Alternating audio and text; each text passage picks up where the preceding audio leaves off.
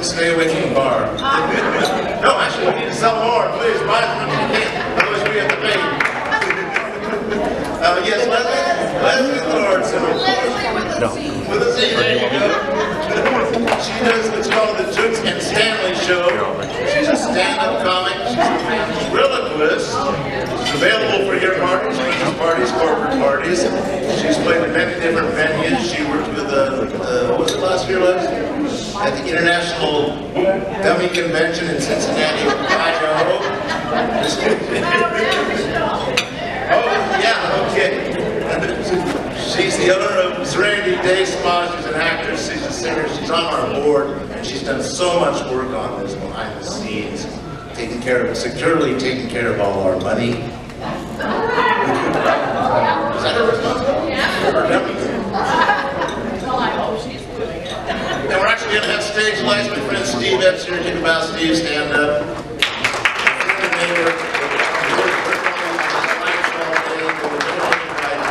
High School Dixie, these are her old lights, but they've never been used. We set them up, we got them going pretty good. And I also want to thank Alan Sutterfield back there in the black in the corner. He's the station manager, Santa Maria Community Television, where Leslie has her own show called The Leslie Show. It's on 6 nights a day, 6 different times every day on Comcast Cable. It's an interview show. In fact, Karen Sweeney was on it, where she sang and she was interviewed. So, without any further, oh, I'm sorry. For those of you in need, the restrooms are out the door and to your right. A little secret, since I've performed here many times in other shows, there's a secondary restroom over behind the lobby. So, whenever you feel the need, just go ahead, because we're not really going to have a fishing intervention. So, are you ready, Liz? Ladies and gentlemen, Leslie Thornton with the Toots and Stanley Show.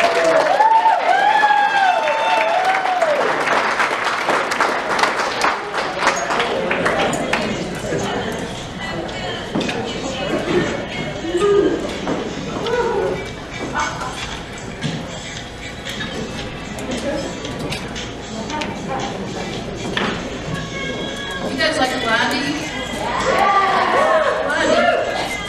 I should shut her off now. It's time to perform.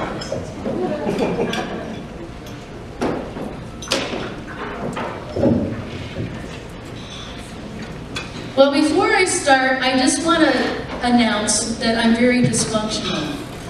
Okay? And it's not my fault, it's all my mother's fault. Okay? Because my mother used to drop me off at these nurseries.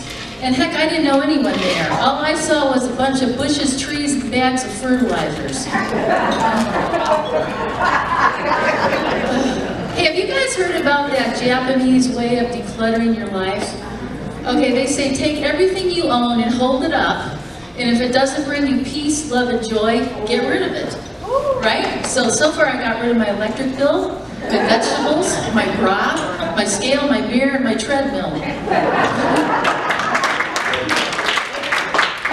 I still wasn't happy, so I got rid of my boyfriend, and my lover, and my husband. Hey, you guys, I'm from Chicago. Is there anybody out there from Chicago? Okay, well, I'm from Chicago. I just got back from Chicago, and I'm flying on the airplane back. Have you guys seen on the news how they're telling everybody they're kicking these people off airplanes? Yeah. Well, I'm sitting there trying to enjoy my glass of Pinot. Right? And there's these people in front of me in the seat that need to be kicked out of there because they're like in their 70s and 80s and they're like making out in the airplane. And they're like, oh. And I'm like, come on, right? They're knocking over my seat. I can't enjoy my drink. I can't eat my dinner. I can't, watch the movie. And of course they're not kicked out, right? So finally the plane landed and I went up to the guy and I said, hey, you guys can't be married with that kind of passion, right? And he looks at me and he goes, yeah, we've been married 43 years. And I go, really? And she looks at me and she goes, yeah, but not to each other. Oh my God. How many of you guys out there are married? Raise your hand. Woo-hoo! Well, I've been married for 10 years. Woo-hoo! Yeah, 10 years to 5 different men. Anyway, my daughter's engaged. And I told her, you know what, Adrian, I said, we're not going to spend a whole lot of money on that wedding dress, because the truth of the matter is you're probably only going to wear it like 4 or 5 times anyway. Anyway, my mother gave me the best advice. She's not here now, but God bless her soul wherever she is. She said, hey, Toots, when your kids are little kids, make sure you start saving money, because those little kids are going to turn out to be big kids, and you're going to need that money someday. And thank God she told me that, because just the other week I needed bail money for my oldest son. Anyway, I was driving over here like a maniac, right? Oh my God, and of course I get a flat tire. I'm calling up every friend I know, and they're either stone drunk or in jail. So I resort to calling up my ex, right? One of my ex-husbands.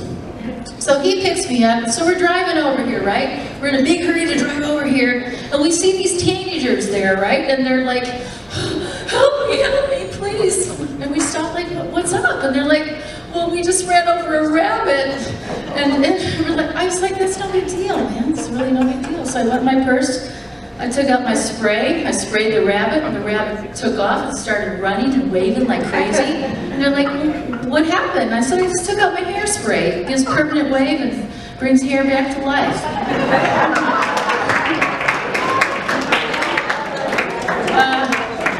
So anyway, finally made it over here.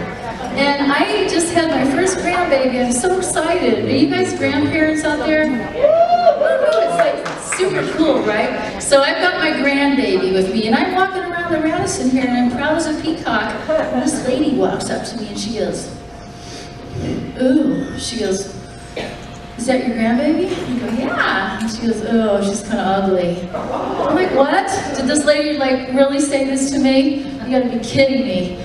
So I went up to Scott, I found the manager, and I said, I don't want that lady in the show. She told me I have an ugly looking grandbaby. And he goes, oh, that is like so rude. That's so rude. He goes, give me your monkey and you go kick her out of here.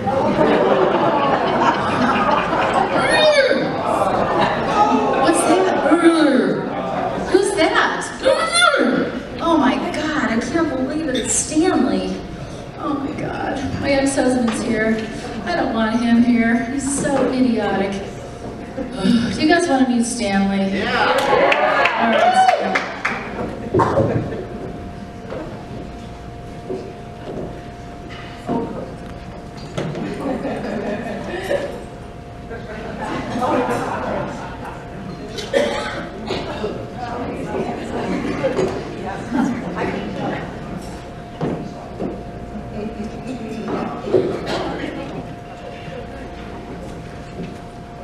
Alright, Stanley, just stick it to the mic so we can get a line on here. Go ahead, Stanley.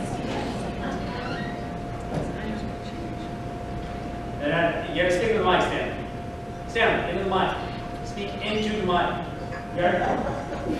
Just go. Okay, you got it. Well, Stanley Goldberg, don't you look snazzy tonight?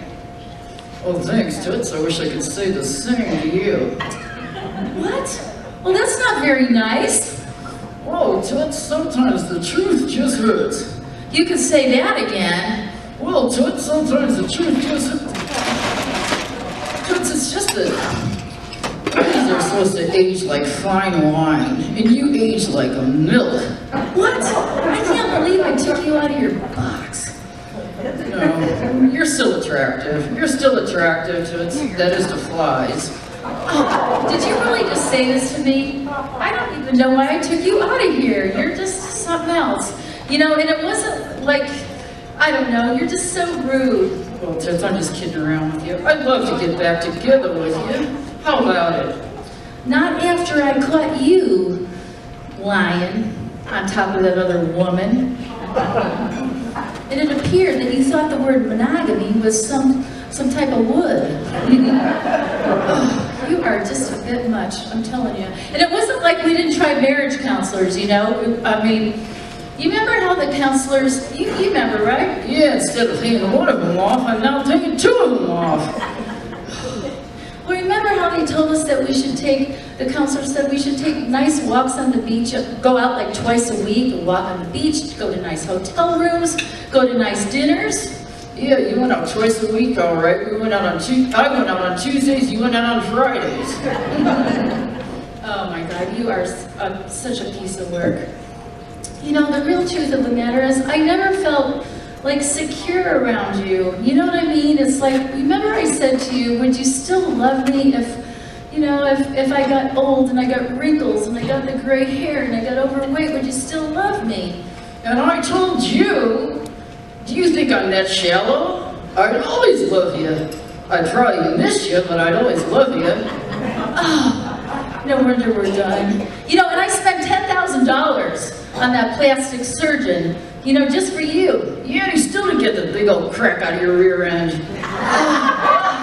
You are just so nasty, I'm telling you. Oh my God.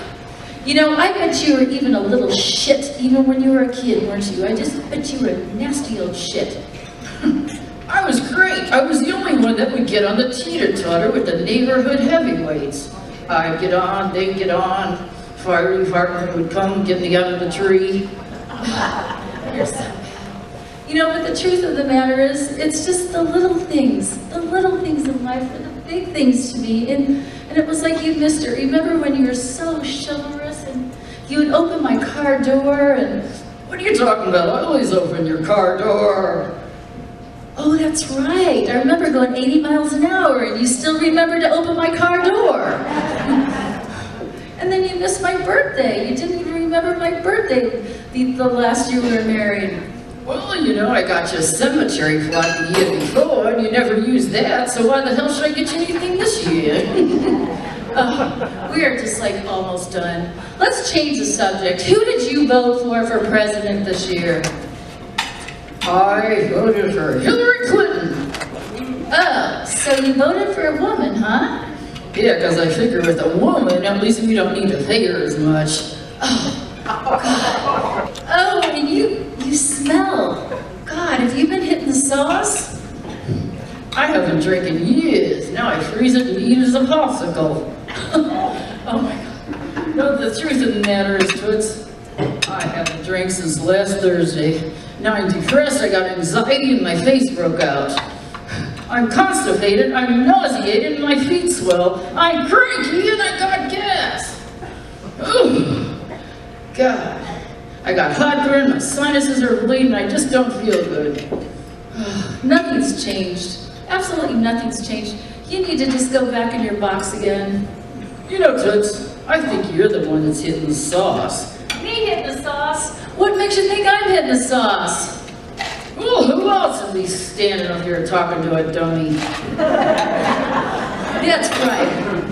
You know, Toots, really, I gotta tell you, I still love you. I do. I wish we could get back together again. And I want to tell you, you look like a gorgeous statue. Oh, well, thank you. That's nice. And you know what birds use for the statues? You're going back in your cage. That's about enough. All right, well, thank you guys very much. You've been a great audience.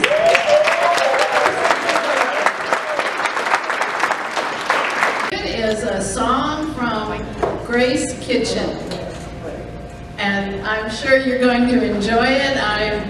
Let's see, Grace is still in high school, but she's got a voice like someone who's been around a while. I mean, she's great. You're going to love it. So here's Grace.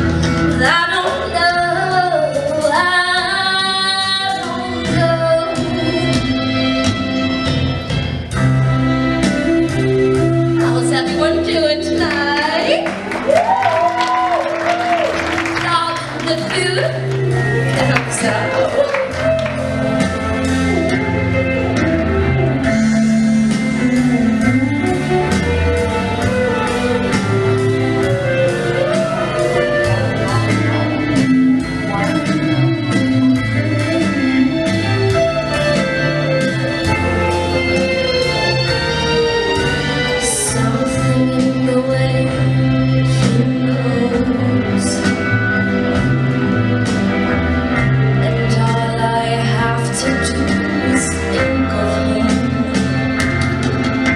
Something in the things he shows me. I don't wanna leave him now. You know I believe in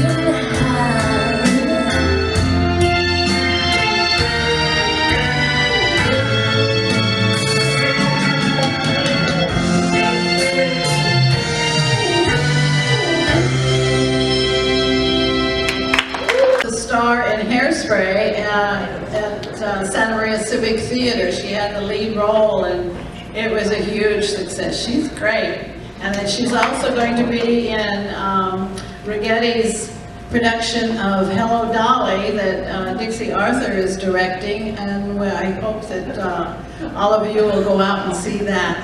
Thank you. And now, while we're getting ready for our first scene, I'd like to give you some information about Neil Simon. He's the world's most successful playwright. And over a span of 40 years, he has received more awards and nominations than any playwright in history. He's gotten a nomination or an award from Emmys, Academy Award, Tony, Antoinette Perry, Writers Guild, Golden Globe, Drama Desk Award, and so many others. He was nominated for 17 times for a Tony Award, and he won 3 times. His highest award was the Pulitzer Prize for Drama for Lost in Yonkers, and I love that, which also won a Tony and a Drama Desk Award. He was also the only playwright that had 4 plays running simultaneously on Broadway. He's quite a guy. Simon's plays draw comedy out of hardship. For example, the 3 scenes that Orcutt Community Theater has selected for you tonight demonstrate Simon's double vision. Sunshine Boys deals with hate and friendship, Odd Couple with divorce, Barefoot in the Park with the angst and glory of relationships. Thank you, Neil Simon, for encouraging us to laugh at ourselves.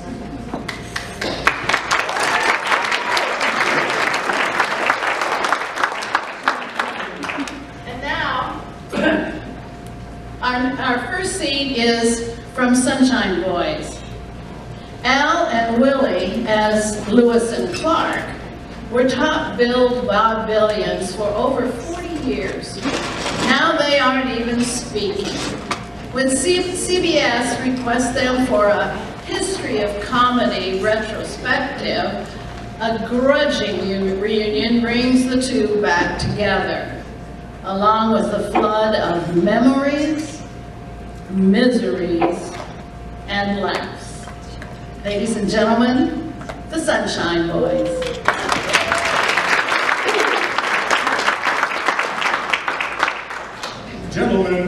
Gentlemen, places please, so we can restart the rehearsal for the television special. And this time, please try to get past knock, knock, knock, and come in. Go straight through, no stopping, please. Okay? In 3, 2, 1. The golden age of comedy reached its zenith during a fabulous and glorious era known as vaudeville. Fanny Rice, W.C. Fields, Eddie Cantor, Ed Wynn, Will Rogers, and a host of other greats fill its Hall of Fame. There are 2 names that belong on this list, but they can never be listed separately. They are more than a team. They are 2 comic, shining lights that beam as one, for Lewis without Clark is like laughter without joy. We are privileged to present tonight, in their first public performance in over 11 years, for half a century known as the Sunshine Boys, Mr. Al Lewis and Mr. Willie Clark in their beloved scene, The Doctor Will See You Now. Open wider and take off. Wider. Open wider. Well, your throat's all right, but you have trouble in your stomach. How come? You just swallowed the speech. Is that bad? It's terrible. I only got 2 left. What about getting the stick out? What am I, a tree surgeon? All right, for another $10, I'll take it out. And forget it, keep the stick. No, I'll pay. Just get the stick out. Come back tomorrow. On Thursdays I do woodwork.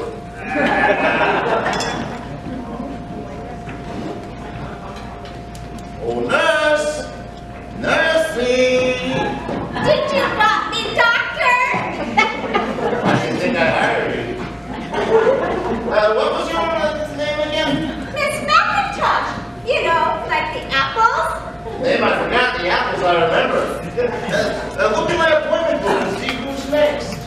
It's a Mr. Kornheiser. Maybe you're wrong. Look in the book, it's better that way. No, I'm right. So was I. It's Mr. Kornheiser. Spell it. Kornheiser.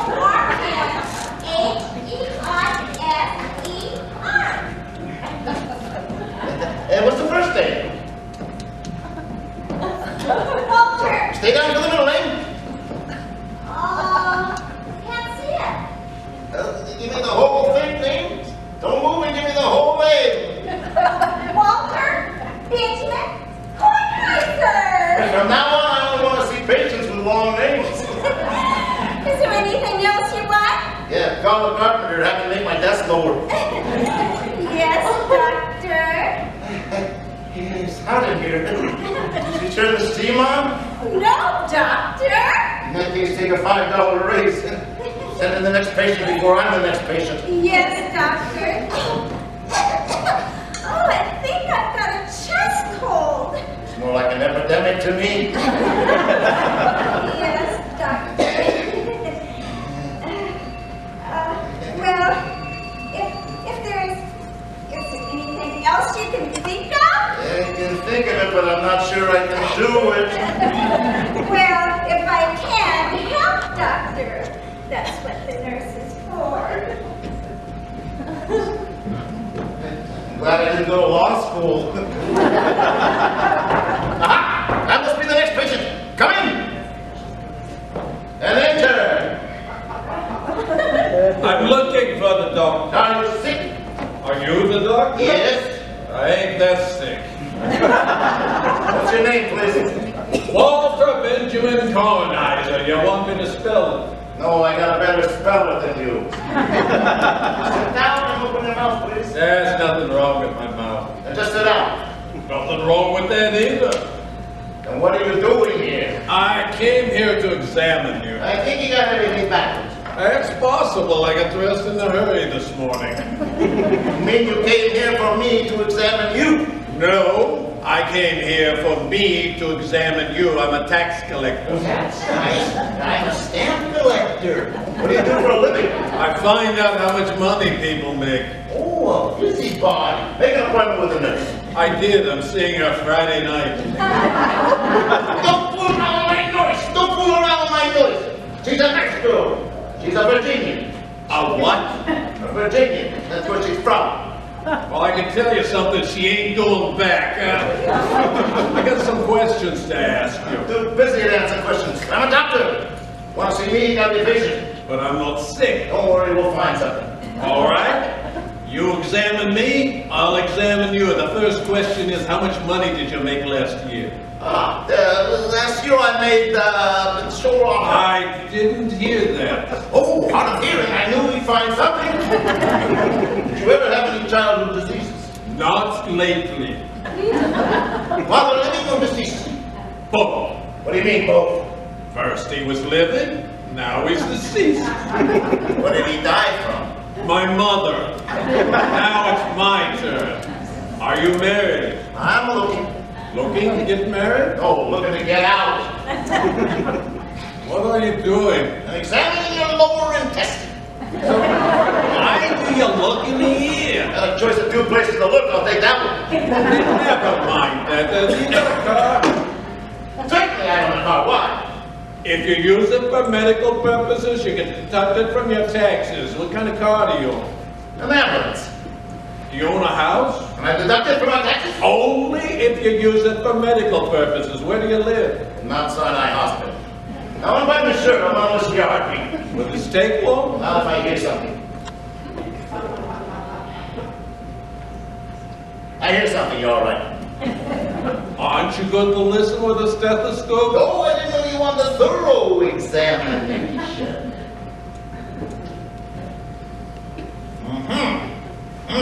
Oh, boy. Oh, you know what you got? What? A filthy undershirt. Never mind that, am I in good health? Not unless you change your undershirt. Listen, what is this, a doctor's office or a laundry? I bet you never went to medical school. What are you talking? What are you talking? I went to Columbia Medical School. Did you pass? Certainly. Well, you should have gone in. Never mind that. I can examine your eyes now. They're perfect, they got 20/20 eyes. That's too much. All you need is 1 and 1. Look at that chart on the wall. Now cover your left eye with your left hand and your right eye with the right hand. Now tell me what you see. I don't see nothing. Don't panic! Don't panic! I can hear you! Take your hands away. You see now? Certainly I can see now. You know, I fixed over 2,000 people like that. It's a miracle. Thank you. It's a miracle you're not in jail. What do you charge for a visit? $1. $1? That's very cheap for an examination. Not an examination, just a visit. Hello, goodbye. Hello, how are you? It was $10. You ask me, you're a quack. If I was a duck, I'd ask you. Now roll up your sleeve, I want to take some blood. I can't do it. Why not? If I see blood, I get sick. Do what I do, don't look. I'm sorry, I am not giving blood. I am anemic. What's anemic? Are you a doctor and you don't know what anemic means? That's because I'm a specialist. What do you specialize in? Everything but anemic. Listen, can I get on with my examination? You continue yours and I'll continue mine. Cross your legs, please. Yeah! Does it hurt if I hit you with a hammer? Yes. Good. From now on, try not to get hit with a hammer. You see this bump? Yes.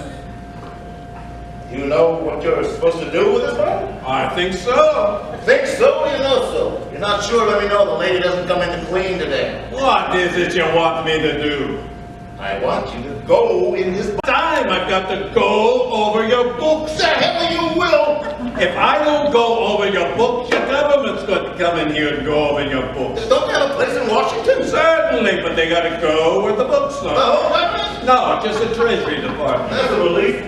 Glad you're relieved. I wish you were before you came in here. Oh, Doctor Clevermeyer. Oh, Mrs. Clary is on the phone and she wants you to rush right over to deliver her baby. I'm busy now. Tell her I'll mail it to her in the morning. Yes, Doctor. Where did you get a couple of nurses like that? Standing on 43rd and 44th Street. Let me see your tongue. I don't want. Open the mouth. How long have you had that white coat on your tongue? Since January. In spring, I put on a gray sport jacket. Now hold your tongue with your fingers and say shish kebab. Dip kebab. Again? Dip kebab. Oh, I have bad news for you. What is it? You do that in a restaurant, you'll never get shish kebab. Oh, never mind that. What about your taxes? What? Your taxes. It's time to pay your taxes to the Treasury. I'm warning you, Al, don't start in with me. What are you talking about? You know what I'm talking about. It's time to pay your taxes. Your speed must be again. I said the line right, didn't I? If it comes out a little juicy, I can't help it. Doesn't come out juicy unless you squeeze the teeth. I'm warning you, don't squeeze them on me. Okay, let's hold it a second. Mr. Clark, I'm having trouble with the dialogue. I don't find those last few lines in the script. Not in the script, it's in his mouth. I said the line right. If you look at the script, you'll see it there. You find the words, you won't find the spit. The spit's his own idea. He's doing it on purpose. I did not spit on purpose. I spit on accident. I always spit on accident. It is impossible to say that line without spitting on it. Oh, yes? I can say it. It's time to pay your taxes to the church. There wasn't a spit in my entire mouth. Why can't he say it like that? What am I, an Englishman? I speak it the same way I have talked for 43 years. Gentlemen, can we argue this point after the dress rehearsal and go on with the sketch? I'm not going to stand here and get a shower on my face. Either take out the wine or give me an umbrella. Can we please go on? With all due respect, gentlemen, we have 12 other scenes to rehearse and we cannot spend all day on personal squabbles. I'll go on, but I'm moving to a safer spot. Now, don't worry about the moves. We'll pick you up on camera. Now, let's skip over this spot and pick it up on, I hope you don't have what Mr. Melnick had. Okay, Mr. Clark, whenever you're ready. Well, I hope you don't have what Mr. Melnick had. What did Mr. Melnick have? Ask him yourself. He's sitting right there. That is Mr. Melnick? Could be Mrs. Melnick without high heels like that. If he's dead, why do you leave him sitting in the office? You still got one more appointment with me. You know what you are. You are a charlatan. Do you know what a charlatan is? It's a city in North Carolina. If you're going to poke me again, you're going to end up in Poughkeepsie. Hold it. Where does it say you're going to end up in Poughkeepsie? Where does it say you can poke me in the chest like that? He's doing it on purpose. He always did it on purpose. Just to get my goat. I didn't poke him. I tapped him. A tiny little tap. The baby elephant. I knew I was an idiot. First comes the spitting, then comes the poking. I know his routine already. Excuse me, I am sorry to hold him up the rehearsal, but we have a serious problem on our hands. The man I'm working with is a lunatic. I'm a lunatic. He breaks my chest and spits in my face and calls me a lunatic. I'm going to tell you something now I've told you my entire life. I hate your guts. You told it to me on Monday. Well, I'm telling it to you again. Listen, gentlemen, I really don't see any point in going on with this rehearsal. I don't see any point in going on with this show. This man is persecuting me. For 11 years, he's wanted to get back at me, but I am not going to give him a chance. Oh, I knew it. He planned it. He's been setting me up for 11 years just to walk out on me again. All right, Mr. Clark, let's settle down. Why don't we all go into the dressing room and talk this out? I didn't want to do it in the first place. Liar! No daughter begged me on the phone. She begged me. Gentlemen, we need the stage. Can we please do this off on the side? The man is hysterical. You can see for yourself. He's been doing this to me all week. There's no daughter begged me. She begged me. I'm sorry. We've caused so much trouble. I should have stayed in New Jersey in the first place. He came after me with a knife in his own apartment last week. He came after me with a knife. A crazy man. Years of being insane have made you crazy. I'm crazy. I don't need you. I never needed you. You're nothing when I found you. And that's what you want. Come back here. What you want now.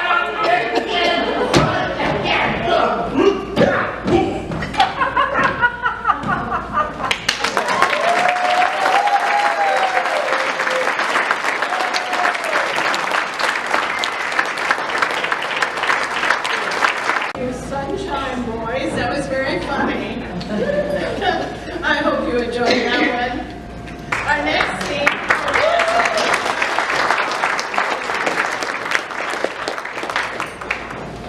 Now while they're setting up for the next scene, the next scene is from Odd Couple. And it takes place in the apartment of divorced Oscar Madison, who is a real slob, and his fastidious, depressed, and very tense, and newly separated roommate, Felix Unger. Felix seems suicidal, but as the action unfolds, Oscar becomes the one with murder on his mind, when the clean freak ultimately upsets their evening with two ladies, the Pigeon Sisters. Ladies and gentlemen, from The Odd Couple, a scene titled The Pigeon Sisters. Felix, there's two sisters in this building, English girls. One's a widow, the other's divorcee. They're a barrel of laughs. How do you know? I was trapped in the elevator room last week. I've been meaning to call them, but I didn't know which one to ask out. This would be perfect. What do they look like? Don't worry, yours is very pretty. Oh, I'm not worried. Which one is mine? Divorcee. Why do I get the divorcee? I don't care, you want the widow? No, I don't want the widow. I don't even want the divorcee. I'm just doing this for you. Look, take whoever you want. When they walk through that door, point to the sister of your choice. I just want to get some laughs. All right. Oh yeah, this is gonna be great. Hey, where do you want to go? For dinner. Eat! You mean to a restaurant? For the four of us? It'll cost a fortune. We'll come back with laundry. We don't wear socks on Thursdays. But we can't afford it, Oscar. That's throwing money away. We'll cook dinner here. Here? Yeah, I'll cook dinner for say $80 or $90. What kind of double date is that? You'll be in the kitchen all night. No, I won't. I'll put it up in the afternoon. Once I get my potatoes in, I'll have all the time in the world. The girls will be crazy for my London broil. I'm home, dear! Oh, yeah, this looks great! Hey! Oh, man, something wonderful's happening in that kitchen. No, sir, there's no doubt about it. I'm the luckiest man on earth. Oh, yeah. Hey, I brought the wine! Yeah. No kidding, Felix. You did a great job. Right. Hey, what do you think goes better with London broil? Sinatra or Mancini?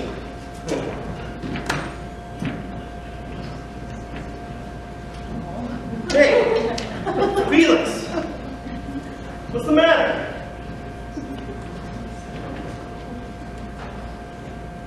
I can tell something's wrong because of your conversation. All right, what is it? What is it? Let's start with, what time do you think it is? What time? I don't know, 7:30? Try 8 o'clock. All right, so it's 8 o'clock, so? So if you knew you were going to be late, why didn't you call me? Good, I was busy. Busy? Too busy to pick up the phone? What were you doing? I was at the office, I was working. Working? Huh? Yes, working. Well, I called your office at 7 o'clock and you were gone. It took me an hour to get home. Couldn't catch a cab. Since when do they have cabs in Hannigan's Bar? All right. Let me get this on tape cassette because no one's going to believe me. Are you telling me that whenever I'm going to be home late for dinner, I'm going to call you? Not any dinner, just ones that I've been slaving over since 2 o'clock this afternoon to help you save money to pay your wife's alimony. Felix, this is no time for a domestic quarrel. We've got 2 girls coming down any minute. You mean you told them to be here at 8 o'clock? Well, 7:30, 8 o'clock, I don't know. What difference does it make? I'll tell you what difference. You told me that they were going to be here at 7:30. At 7 o'clock, you were going to be here to help me with your nerves. At 7:30, they arrive and we have cocktails. At 8 o'clock, we have dinner. It is now 8 o'clock. My London broil is finished. If we don't eat it now, the whole damn thing will be dried out. God help me. Oh, never mind helping you. Tell him to save me because we've got $29.34 worth drying up right now. Oh, what am I going to do?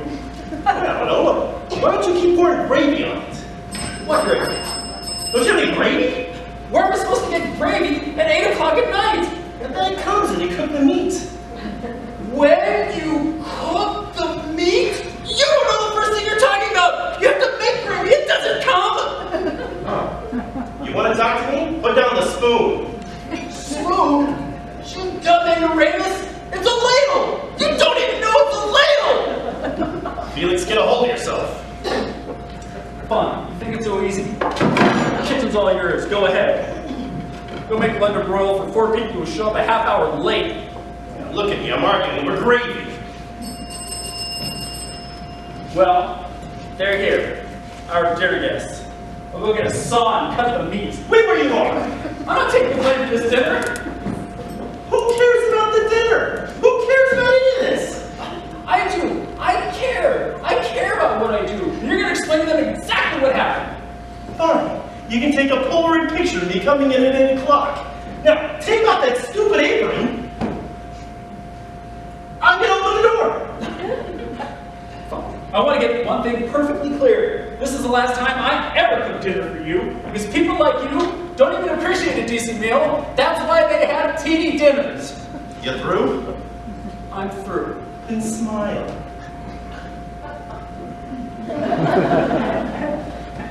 Well, hello! Well, hello.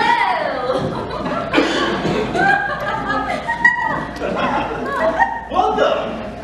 You timed it perfectly! Come on in! We're not late. No, you're right on time. Come on in. Oh, Felix, let me introduce you to two very good, close, personal friends of mine, Gwendolyn and Cecily. That's Cecily and Gwendolyn. Yeah, Cecily and Gwendolyn. No, don't tell me. Cardinal, no, Robin. Robin times is pigeon. Pigeon, of course. Cecily and Gwendolyn Pigeon. You didn't spell it like Walter Pigeon. You spell it like Cuckoo Pigeon. Yeah, we'll remember that if it ever comes up. Cecily, Gwendolyn, allow me to introduce you to my roommate and our chef for the evening, Felix Unger. Oh, how do you do? How do you do? How do you do? Well, we did that beautifully. Oh, why don't you have a seat? Make yourselves comfortable. Oh, this is ever so nice. Isn't it, Gwen? Lovely, and much nicer than our flat. Do you have help? Yeah, I have a man who comes in every night. Oh, aren't you the lucky one? Yeah. Oh, yeah, this is nice. Oh, hey, I was... Thank you. I was just telling Felix the other night how we met. Oh, who's Felix? He is. Oh, yes, of course. I'm so sorry. Yes, this is nice. Oh, never so much cooler than our place. It's like Equatorial Africa on our side of the building. You know, it was so bad last night that Gwen and I sat in nature's own, cooling ourselves in front of the open fridge. If you can imagine such a thing. I'm getting there. Actually, it's impossible to get a night's sleep. Seth and I really don't know what to do. Well, why don't you sleep with air conditioning? We haven't got one. I know, but we have. I told you about that one, didn't I, Seth? They say it may rain Friday. Oh! Well, that should cool things off a bit, shouldn't it? Wouldn't be surprised. Sometimes it gets warmer after it rains. Yes, it does, doesn't it? Dinner served. No, it's not. Yes, it is. No, it isn't. The girls might want to have a cocktail for sweaty girls. Well, I wouldn't put up a struggle. Well, there you are. Oh, what would you like? Oh, I don't know. What have you got? London broil. They mean to drink. We've got anything you'd like. And what we don't have, I can mix up in the medicine cabinet. What'll it be? Well, I really don't know. Oh, make it a double vodka. Cecily, not before dinner. Oh, my sister, she's such a mother hen. Make it a small double vodka. A small double vodka then, and for the lovely. Oh, I'd like something cool. I think I would like to have a double jam beauty with some crushed ice. Unless you don't have the crushed ice. I was up all night with a sledgehammer. I shall return. Where are you going? To get the refreshments. Inside? What'll I do? You can finish the weather report. Don't forget to check my meat.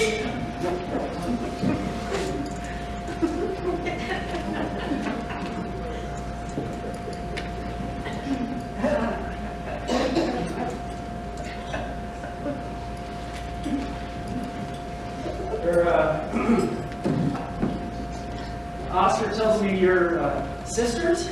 That's right. It's a long story, though.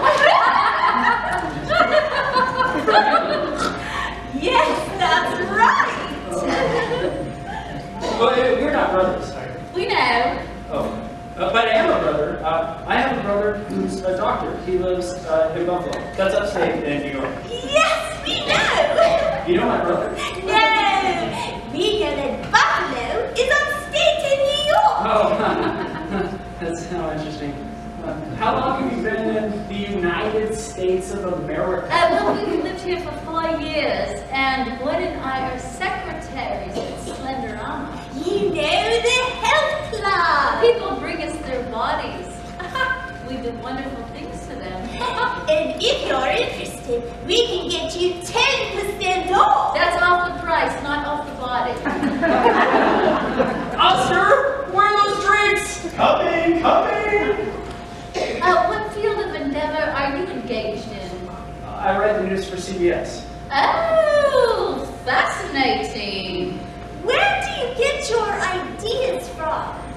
From the news. Yes, of course, silly me. Well, maybe you could mention Gwen and I in one of your special news reports. If you do something spectacular, I suppose. Well, we've done many spectacular things, but I don't think we want them mentioned all over the news.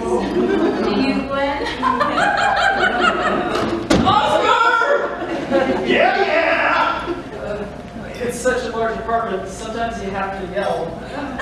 Just you two batches live here? Batches? Oh, bachelors. We're not bachelors. We're divorced. That is, Oscar's divorced. I'm getting divorced. Oh, what a small world. We cut the dingy loose too. Well, you couldn't have a better matched foursome, could you? No, I suppose not. Although technically, I'm a widow. I was divorcing my husband, but he died before the final papers came through. Oh, I'm awfully sorry. It's a terrible thing, isn't it? Divorce. It can be if you haven't got the right solicitor. That's so true. Sometimes they can drag it on for months. But I was lucky. Snip, cut, and I was free. No, I mean, it's terrible what it can do to a person. I mean, after all, what is divorce? It's taking two perfectly happy people and ripping their lives completely apart. I think it's inhumane. Don't you think so? Well, I guess it could be an awful bother. But of course, that's all water under the bridge now, eh? I'm terribly sorry, but I think I've forgotten your name. Felix. Oh, yes, Felix. Like the cat. Well, the pigeons will have to beware of the cat, won't they? Oh, cashews. Lovely. This is the worst part of breaking up.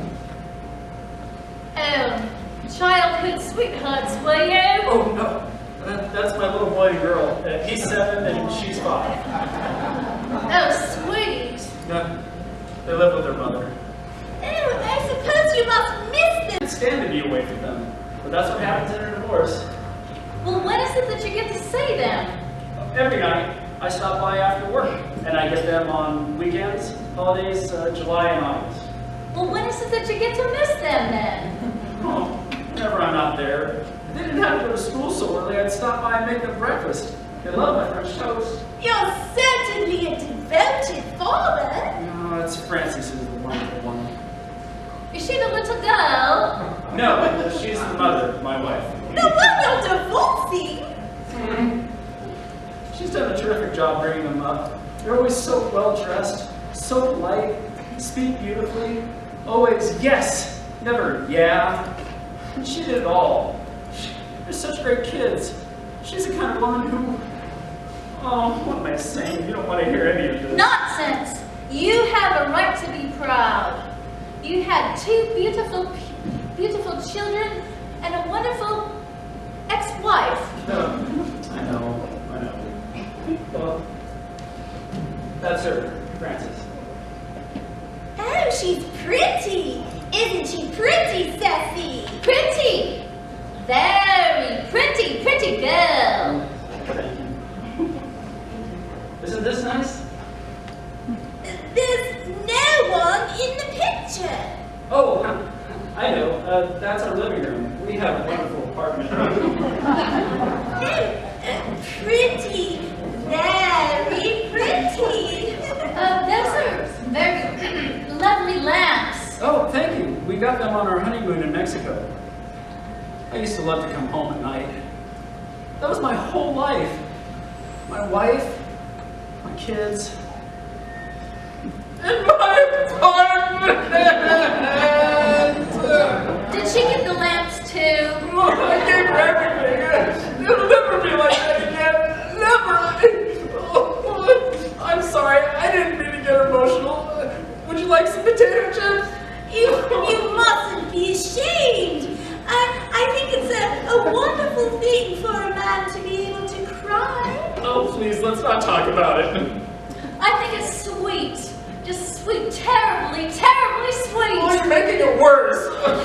It's so refreshing to hear a man speak so highly of the woman he's divorcing. Oh dear, now you've got me thinking about poor Sydney. Oh, don't start that up, Gwen, don't. It was a wonderful marriage. At first, everyone said so, didn't they, Cecily? Not like you and George. That's right. George and I were never happy one single solitary day of our lives. Oh, isn't this terrible? I don't know what came over me. I was feeling so bad a few minutes ago. I've cried like this since I was 14. Let it pour out. It'll make you feel much better. I always do.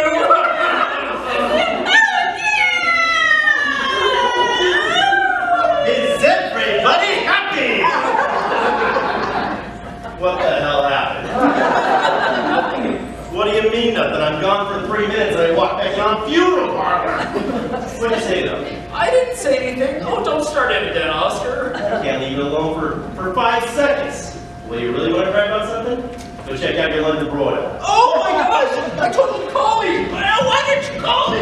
I'm sorry, ladies. I should have warned you about Felix. He's a walking clown. I think he's the dearest thing I ever met. He's just so sensitive and he's so fragile. I like to just bundle him up in my arms and just take sweet care of him. Well, you may have to when he's back in the kitchen.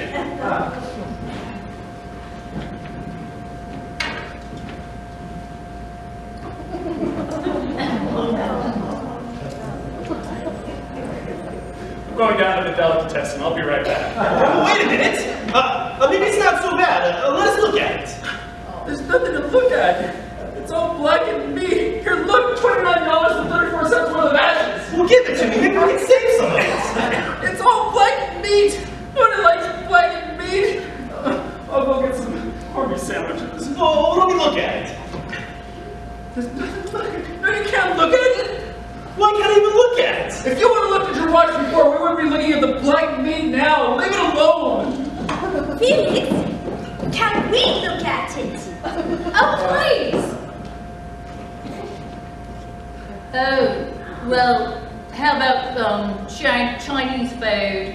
That's a wonderful idea. I've got a better idea. Why don't we make potluck in the kitchen? That's an even better idea. Oh, I used all the pots. Oh, well, we could just eat up at our place. We have just like tons of food. That's the most wonderful idea I've ever heard. Of course, it's awfully hot up there. You'll have to take off your jacket.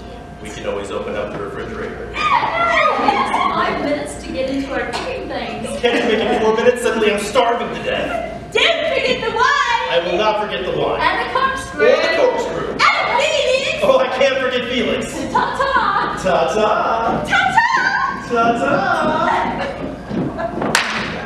You bet your sweet crocus, Ta-ta. Felix, I love you. You just overcooked us in one hell of a night. Grab the ice bucket. Ready or not, here we come. I'm not going. What? I said I'm not going. Are you out of your mind? Do you know what's waiting for us up there? We've just been invited to spend the evening in a 2-bedroom hothouse with the Cuckoo Pigeon Sisters. What do you mean you're not going? I don't know how to talk to them. I don't know what to say. I already told I used up all my conversation. Felix, they're crazy about you. They even told me one of them wants to wrap you up and make a bundle out of you. You're doing better than I am. Grab the ice buckets. Don't you understand? I cried. I cried in front of 2 women. And they loved it. I'm thinking of getting hysterical. Now grab the ice buckets. Why did I cry? Because I felt guilty. Emotionally, I'm still attached to Francis and the kids. Well, untie the knot for one night. Come on. I don't want to discuss it anymore. I'm going to scrub the pots and wash my hair.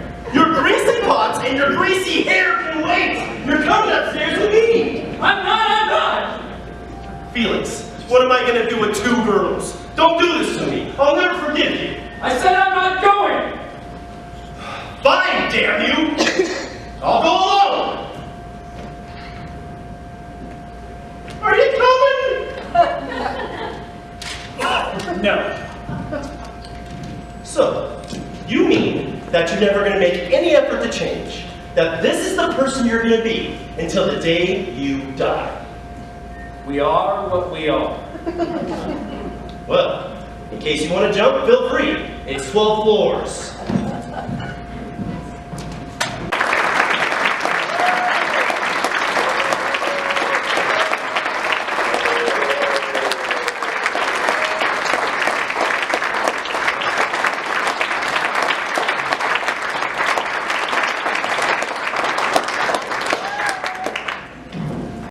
Oh, son, can you believe that? Now, that's an example of community. Joe, who was just out here, he's an engineer. And when I saw him at auditions, I go, wow, what shows have you been in? He's never been on stage. He's never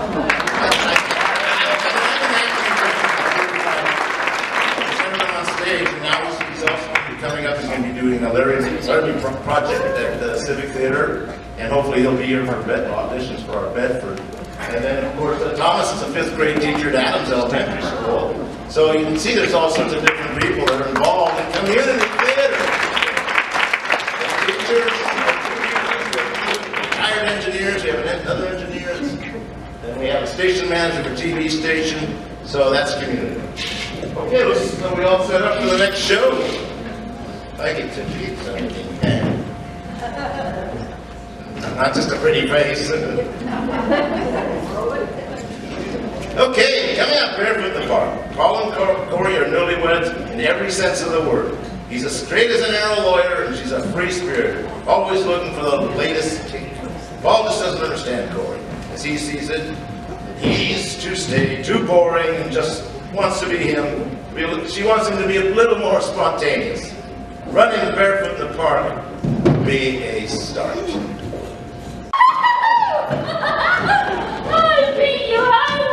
It was not a fair race. 5 flights, and you tickled me. Woo! Oh, good. Except my tongue keeps rolling up. And then when I talk, it rolls back out again like a noisemaker. That is a good sign. It shows the food was seasoned properly. Hey, how do you say it again? Say what? Waiter, there's a fly in my soup. Oh. Hoopla circa almakur. That's right. Circle, poopala, No. That is why I have a waiter in my soup. I did. Put his hand in to take the fly out. Oh boy. How many Zeuses did I have? 3 or 4? Uzus. 9 or 10. Then there was 10 because I thought I had 4. Oh, how's my head gonna feel in the morning? Oh, wonderful. No headaches? No headache, but you won't be able to make a fist for 3 days. Hey, would you look at that? Stiff as a board. What do they put in Uzu anyway? Well, I think it is starch. Hey, what about a game of ping pong? We can play doubles. No, not now. We were supposed to do something important. What was it? What was it? Ooh, we're supposed to make coffee. I'll do it. What kind do you have? Instant Maxwell House. Instant coffee?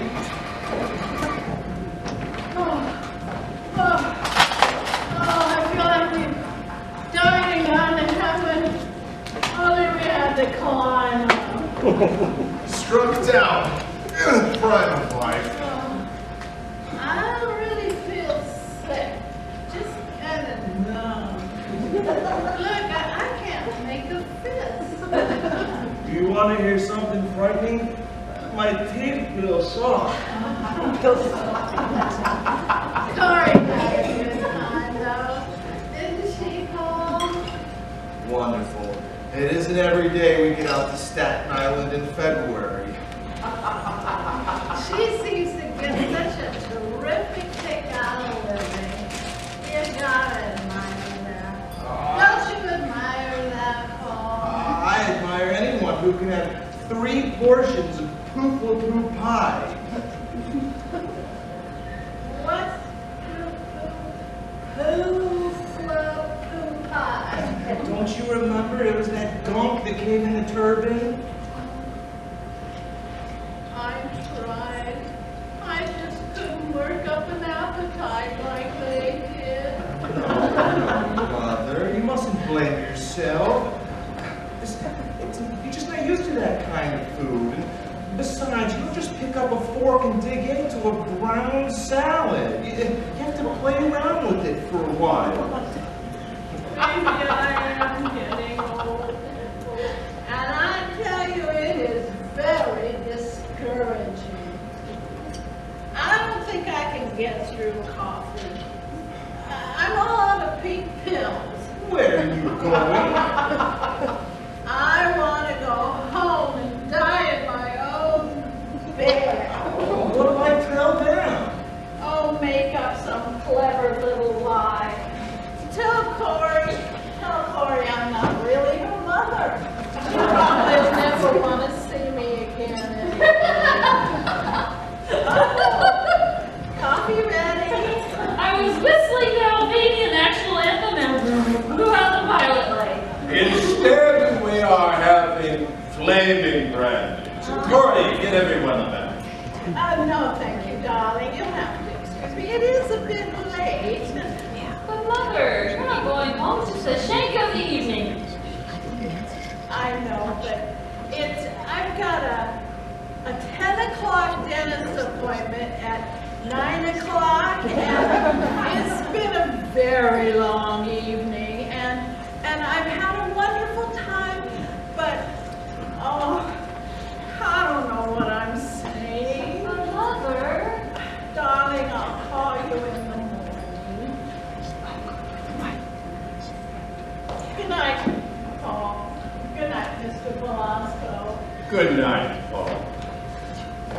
Good night. Mr. Velasco, you're not going home too. Certainly. I am driving Mrs. Banks. Oh, no. I mean, oh, no.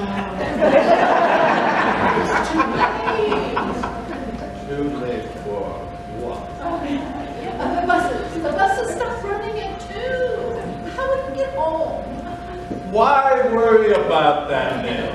I will taste that problem in New Jersey. It's a very long trip. Isn't it a long trip, Corey? Oh, not really. Only 30 minutes. It's such an inconvenience, really, Mr. Velasco. It's very kind of you. Victor. Oh. It is Victor. If we are to spend the rest of our evening together, then it must be Victor. Whatever you say. And I insist the arrangement be reciprocal. What is it? What is what? Your name. Oh. It's Edward. My name. That is better. Are we ready, Ethel? If you say so, Walter. Victor! It is Victor.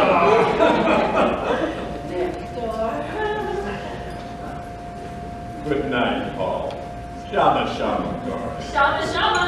And if you don't hear from us in a week, you can find us at the Hotel Nacional, Mexico City, room 703.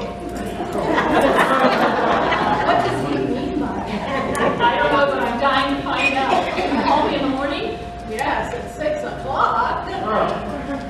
let us go. Yeah.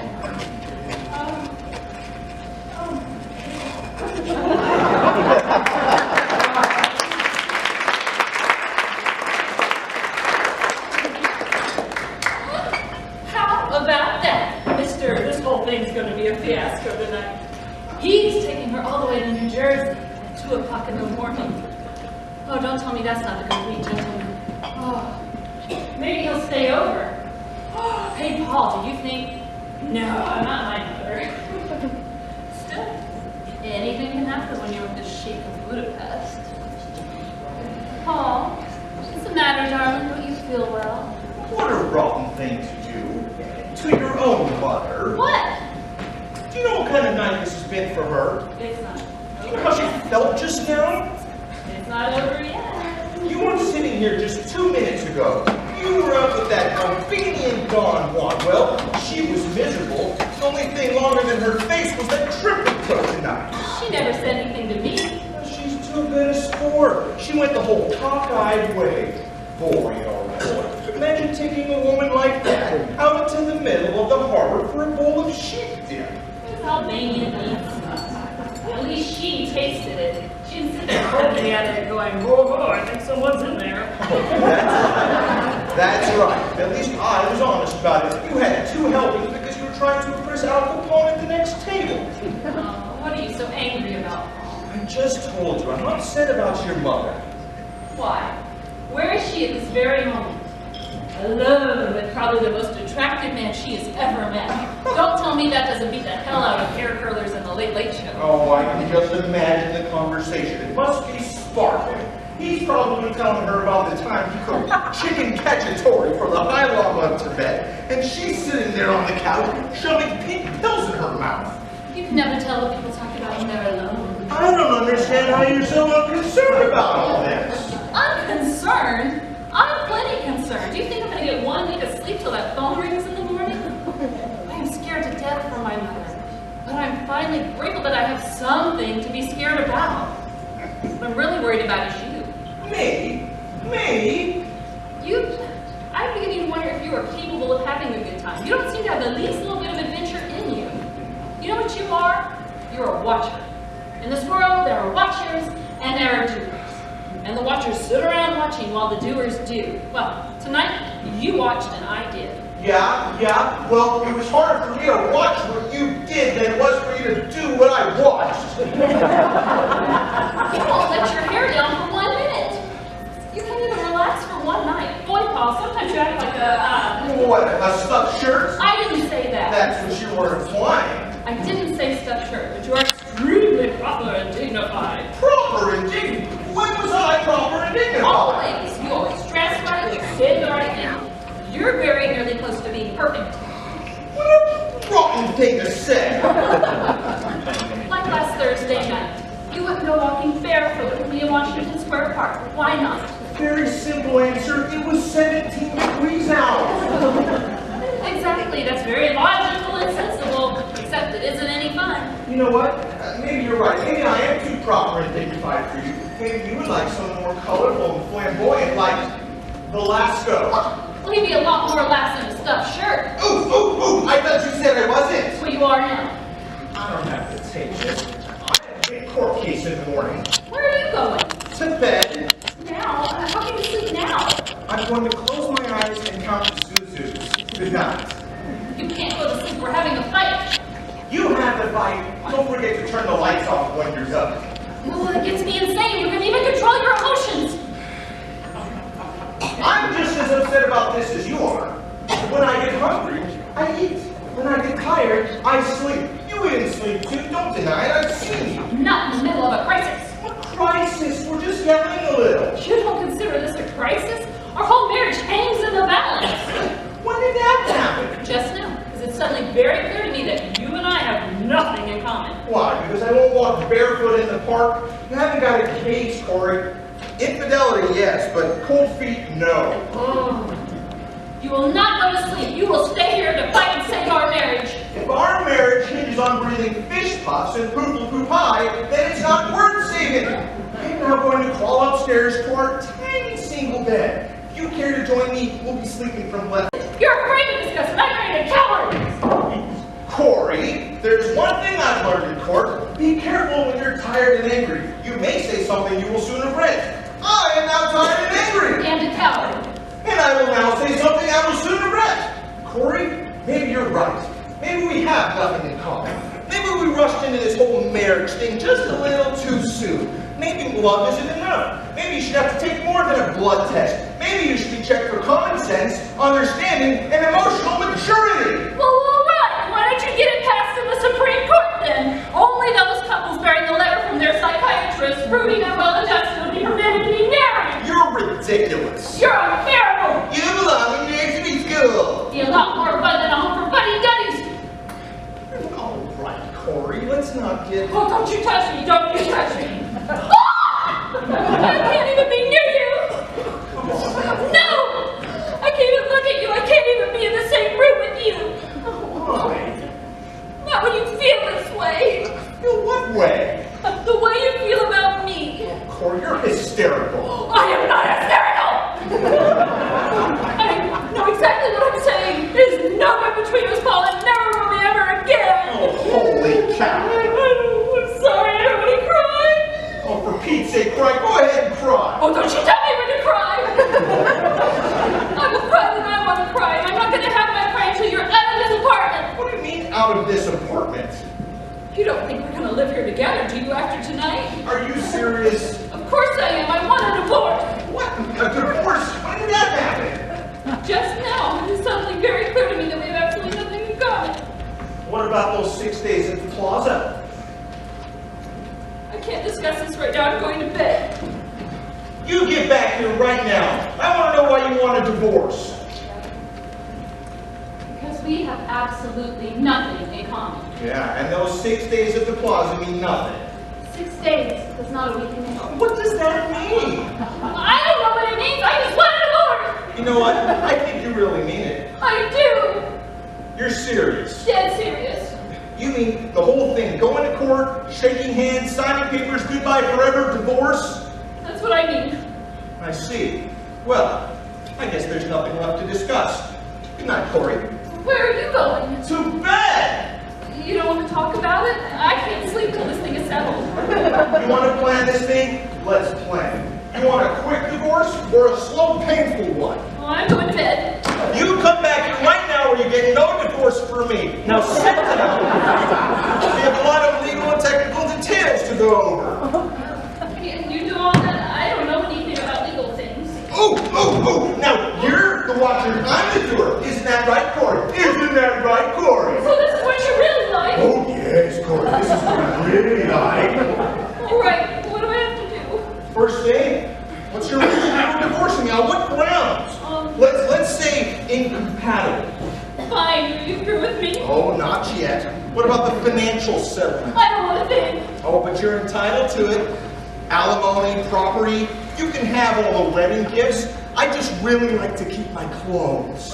I hardly expected bitterness from you. That's not bitter. It's a statement of fact. You're always wearing my pajamas and slippers Only when you anyway. go to work. Why? Because I like the way they smell. Never mind, it's stupid. You can have your pajamas and slippers outside and over. You can come and visit them once a month.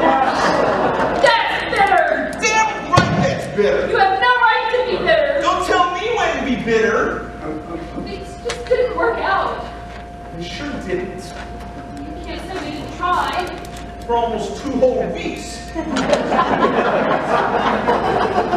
than finding out 2 years. 20. 50. We sure are lucky, aren't we? We're the luckiest people in the whole world.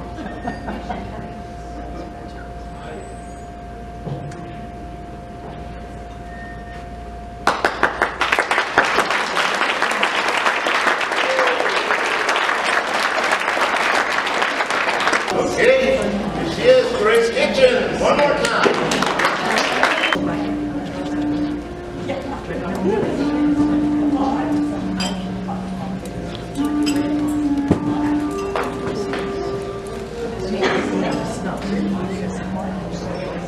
Maybe this time I'll be lucky.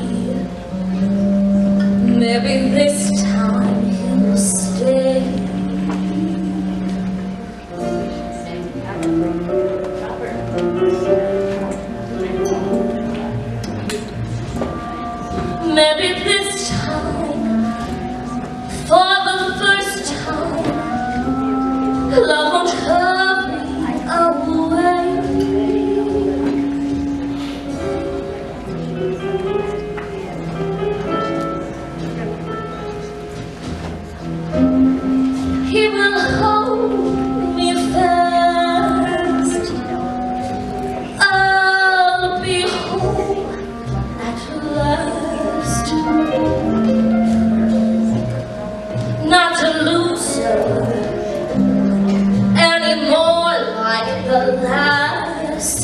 time and the time before.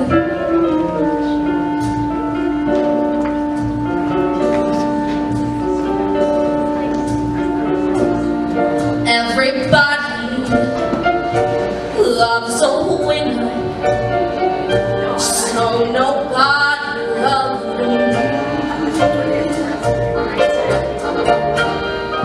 Lady peaceful, lady happy, that's what I long to be. All the odds they're in my favor. Something's bound to begin. It's gotta happen sometime. Maybe this time I'll win. 'Cause everybody loves a winner, so nobody loves me. Lady peaceful, lady happy, that's what I long to be. All the odds they're in my favor. Something's bound to begin. It's gonna happen sometime. Maybe this time I'll win.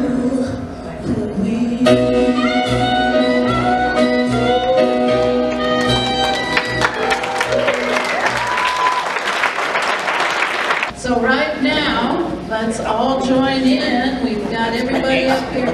You know what? I'd like to hear another round of applause for all of these wonderful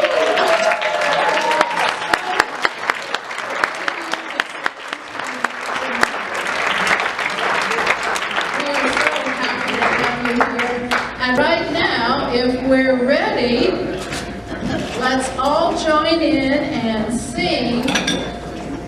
What's the name of the song?